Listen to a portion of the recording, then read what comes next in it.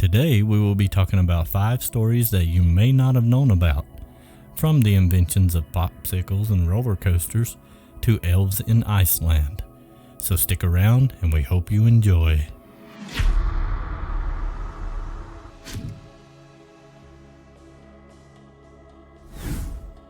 So, did you know that ice pops or popsicles were invented by a kid? Back in 1905, an 11-year-old boy named Frank Epperson had been playing outside. When he went back inside that evening, he left his soda outside overnight with a wooden stir stick still stuck in it. It was very cold that night, and in the chilly weather, the soda had frozen, and so what was known as the Epsicle was born. It was a big hit with the kids at the time, and also later on with his own kids. However, his own kids would call it Popsicle. Frank would go on to patent it in 1923, and his popsicle ice pops would be shared with the world. Number 2 on the list is Pez candy. Pez candy was invented in Vienna, Austria by Eduard Haas III. His intentions for this candy was as an alternative to smoking. The name Pez comes from the German word for peppermint.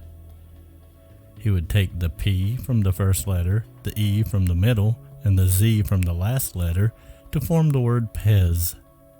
They were originally called Pez drops, and they were put into metal tins.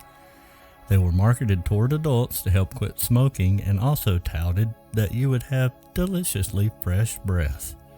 These peppermint flavored candies were around for more than 20 years before their now well-known dispensers were introduced. Haas knew that his customers had been waiting for a way to quickly take out the candy or even share one easily, so he hired an engineer to create a better container for the candy. And so the first Pez dispensers were sold in 1949, and a patent for the dispenser was granted in 1952. Now the interest in Pez as a solution to curb smoking faded away, and the need to reimagine the brand arose.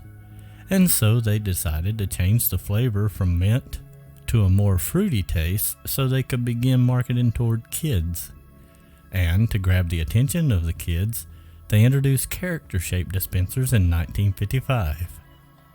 And in 1957, the style of the dispenser we see today was developed as a middle ground between the original dispenser and the character style in order to cut the cost of the character design ones.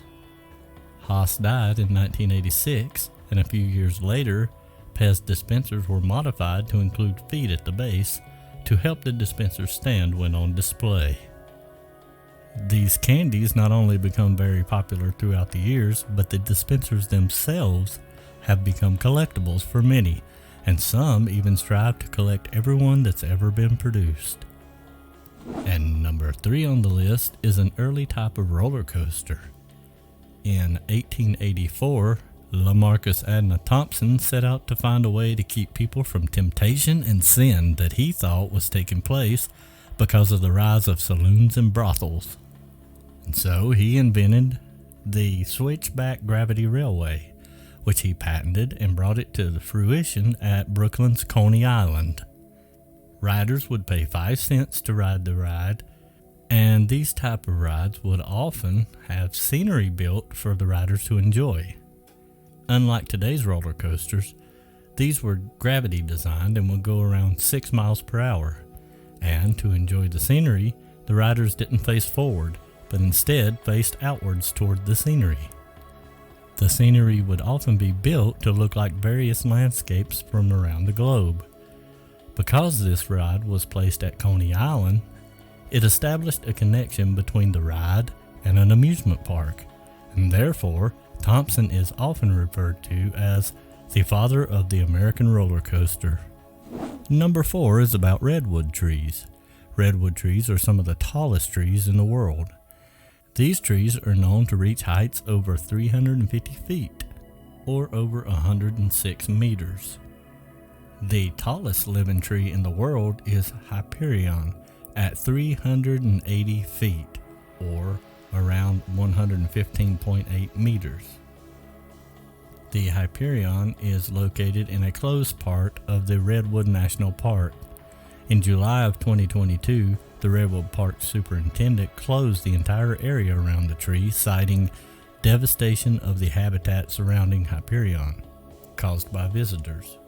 California's Redwood National Park is urging visitors to stay away from Hyperion and the area around it, which have been damaged as a result of the tree's popularity.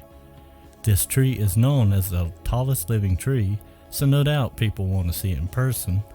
However, if you attempt to see the tree in person, you will risk a $5,000 fine or up to 6 months in jail. The new rules are an attempt to curb the destructive tourism that has damaged the surrounding forest. The National Park Service has stated, as a visitor, you must decide if you will be a part of the preservation of this unique landscape, or will you be part of its destruction. They advise you to please stick to the designated trails and respect the closed area's fragile ecosystem.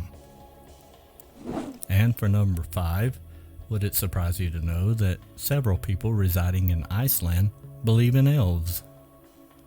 Now, there was a survey conducted at the University of Iceland back in 2007 that found that 62% of residents believed in elves. This is mainly due to the country's elf history, which dates back to the Viking era. Roads being built in Iceland have had their plans altered on more than one occasion due to an elf rock being in the way. It's said that they don't want to take a chance at disturbing an elf home. It has been done in the past and has led to dire consequences. And as for what the elves look like, it's been said that the Iceland elves are identical to humans in appearance and form. They are born, grow up, and die just like humans. It's said they usually live inside of rocks and in a parallel world invisible to our eyes. However, legend has it that children can see them right away. They are said to have the ability to appear to whoever they deem appropriate, and so this is why some adults have said they have encountered the elves. Now, even though this survey states 62% believe in elves, the true answer may not be so straightforward.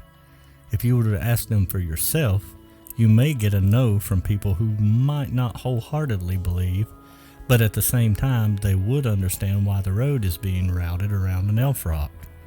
They just don't know. Elves might exist or they might not exist. Many Icelanders cannot provide a yes or no answer. They are just unsure. Let us know in the comments below if you believe they might exist. And if you live there, have you ever had an encounter with one? And if you like this type of content, please hit the like button, as it helps us out more than you know. And don't forget to subscribe to the channel if you haven't already. And thanks for watching, and we'll see you in the next one.